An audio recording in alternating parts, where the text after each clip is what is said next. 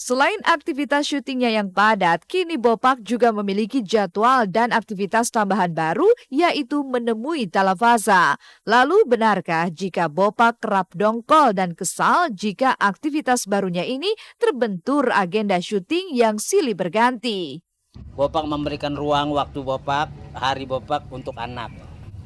Jadi ada waktu-waktu tertentu yang harus wajib si Faza ketemu abinya. Mau ketemu anak aja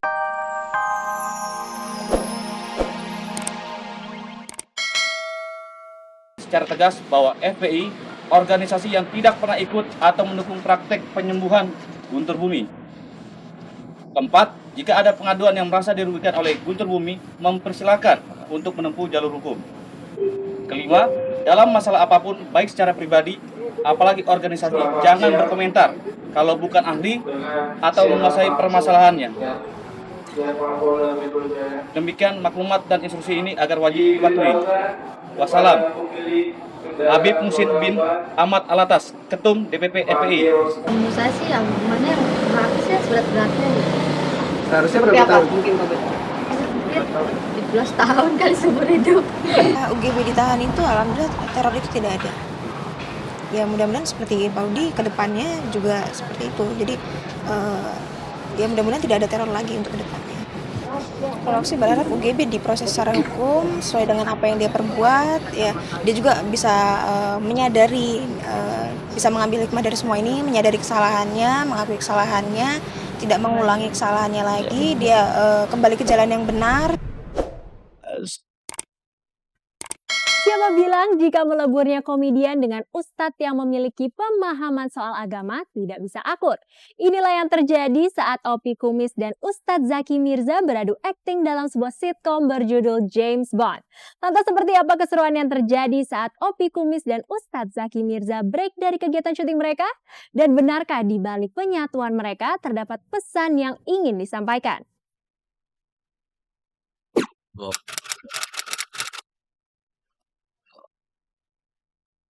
Tak terbayangkan jika Ustadz Zaki Mirza harus bertemu dengan dua komedian Opi Kumis dan Dede. Namun inilah yang terjadi ketika ketiga laki-laki berbeda genre serta usia ini bertemu dalam sebuah syuting film humor religi berjudul James Bond yang akan tayang saat bulan Ramadan nanti di Global TV. Suasana penuh canda tawa memang langsung tercium di lokasi syuting di sebuah masjid di kawasan Jati Padang, Jakarta Selatan. Pemirsa Seleb on Cam, saya Bang Opi Kumis di sini lagi pas di lokasi James Bond, jaga masjid dan kebun. Syutingnya emang nggak jauh-jauh deh, sini ke belakang warung, balik lagi ke masjid.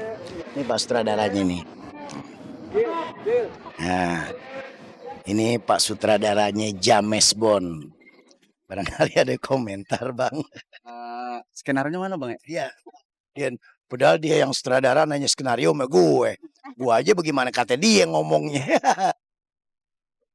Cerita dengan latar belakang kisah marbot alias pembersih masjid yang sukses diperankan oleh Opi Kumis ini tak sekedar menyampaikan syiar tentang hakikat sebuah kehidupan. Banyaknya pelajaran yang dipetik selama menjalani syuting ini membuat para personilnya mendapat pencerahan batin lantaran seringnya mendapat ilmu tentang agama.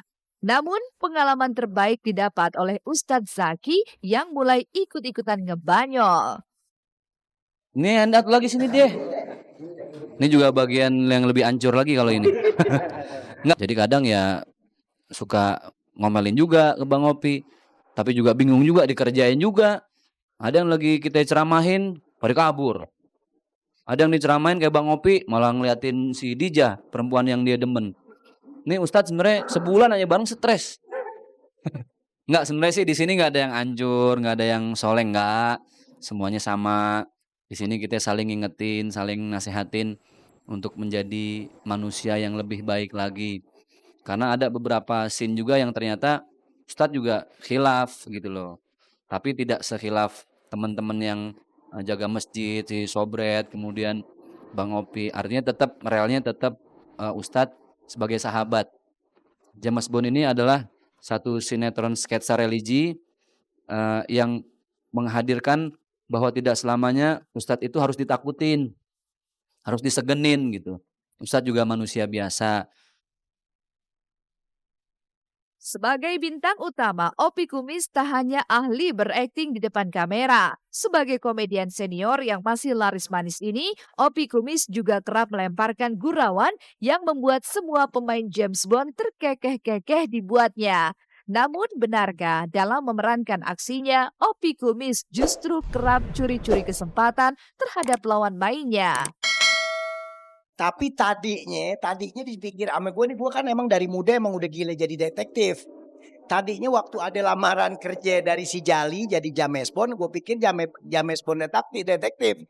Tapi ternyata begitu gue ngelamar sama Pak Haji Kuat yang diperanin sama Jarwo Kuat, ternyata James Bond itu jaga masjid sama kebon. Kalau gue kan memang modelnya biar jelek juga mata gue ngeliat. Kalau misalnya ada yang CM-an dikit barangkali gue mau, itu juga CM sih sebenarnya. Cuman bagaimana cara ngelihatnya aja kita sih sama manusia.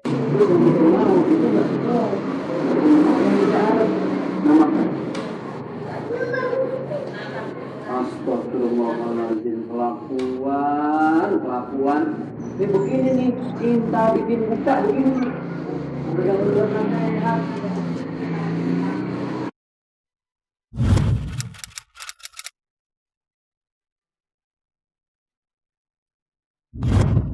Di sela-sela menunggu putusan majelis hakim terhadap status dirinya, Bopak Castello makin rajin menyambangi Talafasa Indrayana Bidui yang masih dalam pengasuhan Putri Mayang Sari.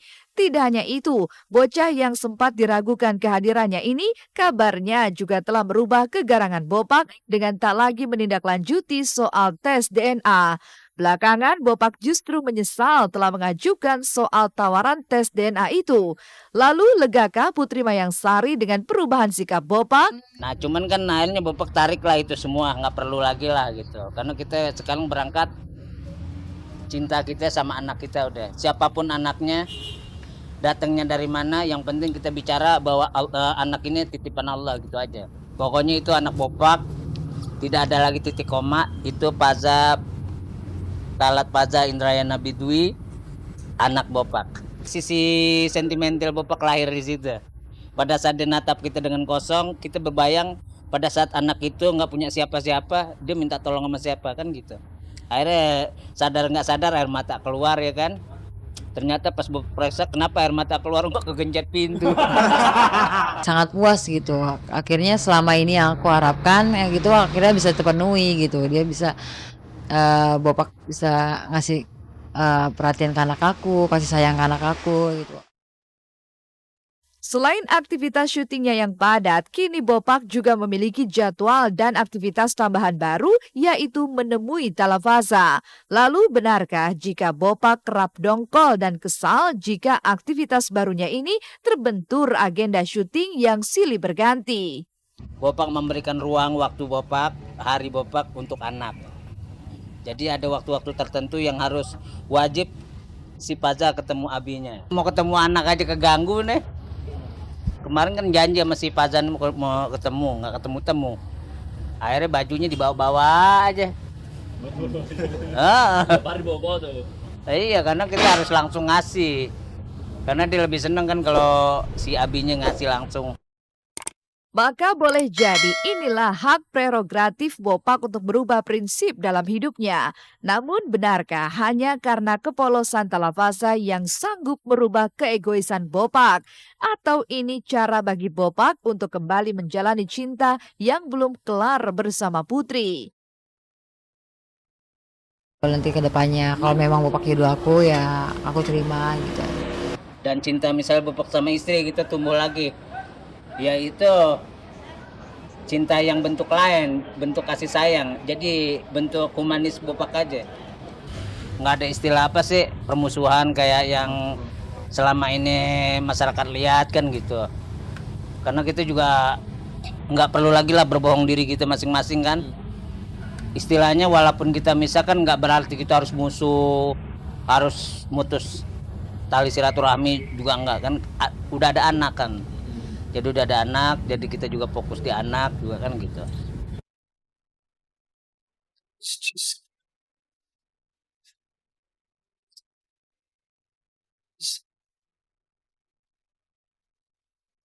Pemirsa, 60 menit sudah kami menemani Anda hari ini. Jangan lupa untuk terus saksikan Celeb on Cam setiap hari Senin sampai Jumat pukul 13.30 waktu Indonesia Barat hanya di Global TV. Saya Libra Akila, terima kasih dan sampai jumpa.